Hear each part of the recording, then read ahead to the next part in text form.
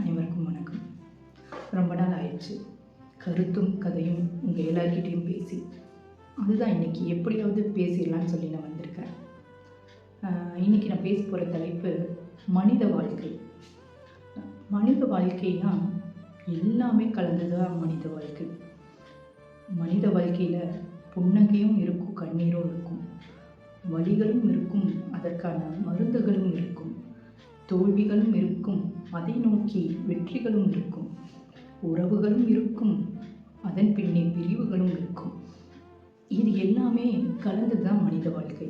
ஆனால் இப்போ நம்ம எல்லா மனிதர்களுக்கும் ஒரே ஆசை என்னன்னா, நம்ம வாழ்க்கை பூரா சந்தோஷமாக இருக்கணும், நம்மளுக்கு கவலைகளே வந்துடக்கூடாது, நம்மளுக்கு பிரச்சனைகளே வந்துடக்கூடாது, எப்போவுமே நம்ம மகிழ்ச்சியாக இருக்கணும் அப்படின்னு மட்டும்தான் எல்லாருமே யோசிக்கிறோம்.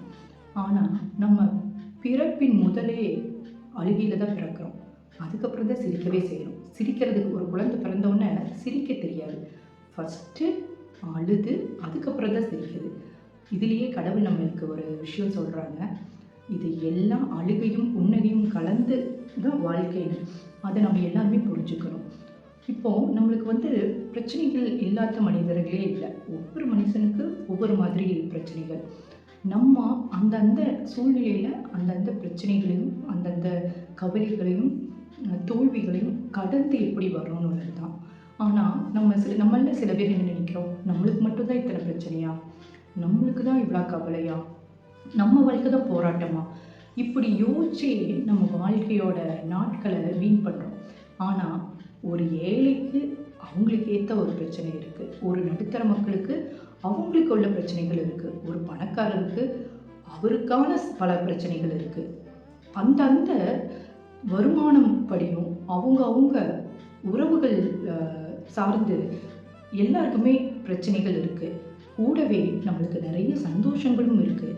ஆனால் சந்தோஷங்கள் நிறைய இருந்தால் கூட கம்மியான நம்மளோட பிரச்சனைகளை யோசிச்சு தான் நம்ம அடிக்கடி கவலைப்பட்டுக்கிறோம், என்னடா வாழ்க்கை அப்படின்னு வெறுத்துக்கிறோம். இதுதான் நம்ம எல்லாருமே எந்த ஒரு தகுதியில் இருக்கிறவங்களுமே அவங்க சூழ்நிலைக்கு ஏற்பாற்போல் அவங்க கவலையும் யோசனைகளும் இருந்துட்டு தான் இருக்குது. ஆனால் என்னோட ஒரு சின்ன வேண்டுகோள், எல்லாருக்குமே எல்லா நேரமும் ஒரே மாதிரி இல்லை. சில நேரம் புன்னகையும் சில நேரம் அழுகையும் இருப்பது தான் வாழ்க்கையின் சுவாரஸ்யமே. இது ரெண்டுமே இருந்தால் மட்டும்தான் உண்மையாகவே லைஃப் இன்ட்ரெஸ்டிங்காக போகும். அப்போது இதே மாதிரி தான் நான் நினைக்கல, நீங்கள் நினைக்கல, எல்லாரோட மனசுலையுமே எப்போவுமே சந்தோஷமாக இருந்துடணும், நம்மளுக்கு கவலையே வந்துடக்கூடாது, நம்மளுக்கு தோல்வியே வந்துடக்கூடாது அப்படின்னு. இதை மட்டும் நம்ம தெளிவுபடுத்திட்டோன்னா நம்ம வாழ்க்கை நம்ம கையில். ஒவ்வொரு நாளும் நம்ம அதை ஈஸியாக கடந்து போகலாம், சந்தோஷமாக வாழலாம். வாழ்க்கை ரொம்ப அழகானது தான். அதை நம்ம எப்படி எடுத்துக்கிறோம், எப்படி கொண்டு போகிறோம், அதில் தான் இருக்குது. உங்களுக்காக இன்றைக்குமே ஒரு சின்ன கதை வச்சுருக்கிறேன். இதே மாதிரி தான் ஒரு பெரிய ராஜ்யத்தோட ராஜா. அவர் மக்கள் மேலே அதீத அன்பு வச்சிருந்தார். அவருக்கு தன்னோட மக்கள் எப்போவுமே சந்தோஷமாக இருக்கணும், கவலைகளின்றி மகிழ்ச்சியாக புன்னகையோடு இருக்கணும்னு ஆசை. எப்போ கடவுள்கிட்ட வேணுனாலுமே இதையே தான் யோசிப்பார், இதையே தான் வேண்டுவார். தனக்காக எதுவுமே கேட்க மாட்டார். தன் நாட்டு மக்கள் எப்போதுமே சந்தோஷமாக புன்னகையாக இருக்கணும் அப்படின்னு யோசிப்பார், வேண்டுவார். அப்போ ஒரு நாள் அவர் முடிவு பண்ணார், அவங்க நாட்டில் நிறைய பிரச்சனைகள் இருக்கிறப்போ நம்ம ஒரு கடும் தவம் இருக்கணும், அந்த தவத்தினால கடவுள் நம்ம முன்ன வருவார், அப்போ நம்ம கேட்குற வரத்தை தருவார், நம்ம நாட்டு மக்களுக்காக நம்ம இந்த தவத்தை இருக்கலான்னு சொல்லிட்டு காட்டுக்கு போகிறாரு. கடும் தவம் இருக்கிறாரு.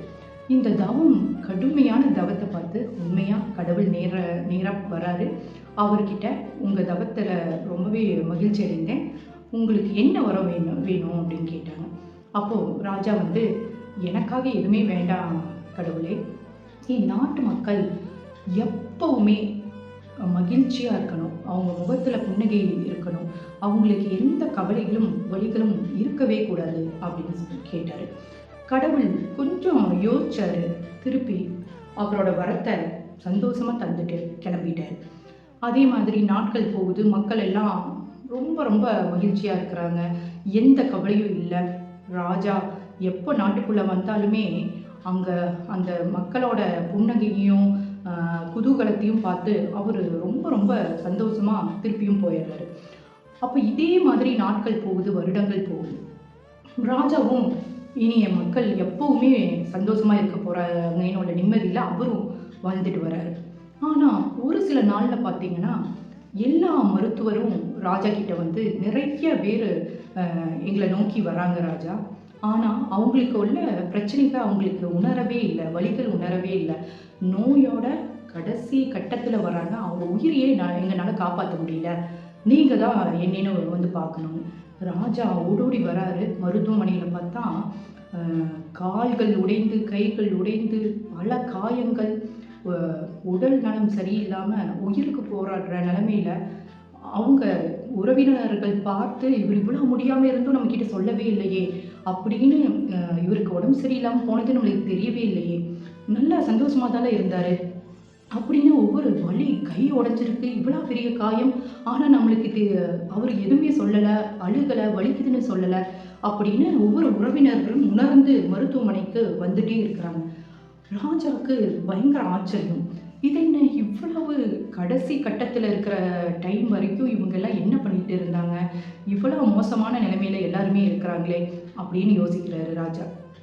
ராஜா உடனே மருத்துவரிடம் எல்லாருக்கும் தீவிர சிகிச்சை பண்ணி எல்லாரோட உயிரையும் முடிஞ்ச வரைக்கும் காப்பாற்றுங்க அப்படின்னு சொல்லிட்டு திருப்பி போயிடுறாரு ராஜ்யத்துக்கு.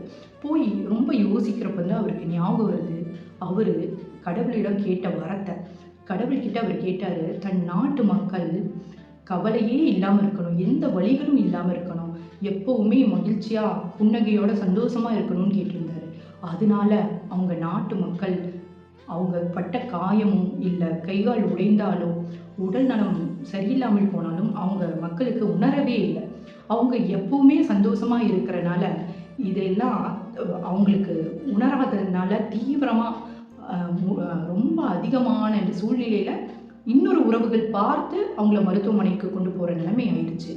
அப்போதான் ராஜா தான் கேட்ட வரம் எவ்வளவு தவறானது அப்படின்னு உணர்ந்து திருப்பியும் கடவுள்கிட்ட வேண்டினாரு. கடவுள் முன்ன வந்தார்.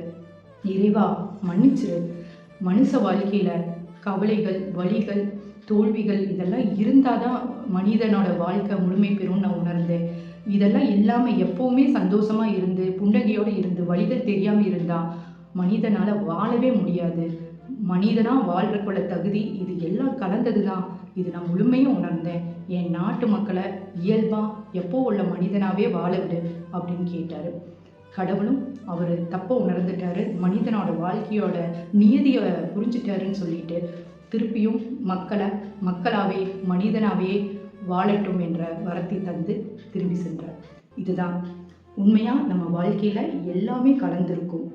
அது இப்படி தான் நம்ம வாழ்க்கைன்னு நம்ம எதிர்கொண்டு இந்த வாழ்க்கையை சந்தோஷமாக ஏற்று இதுக்கு நம்ம வலிகளையும் தோல்விகளையும் தாண்டி நம்மளுக்கு கிடைச்ச வாழ்க்கையை எப்படி சந்தோஷமாக வாழணும்னு நம்ம முடிவு பண்ணி அந்த பாதையில் பயணிச்சோம்னா எல்லாரோட வாழ்க்கையும் சந்தோஷமாக இருக்கும். நன்றி, வணக்கம். அன்புடன் கவிதாஞ்சலி.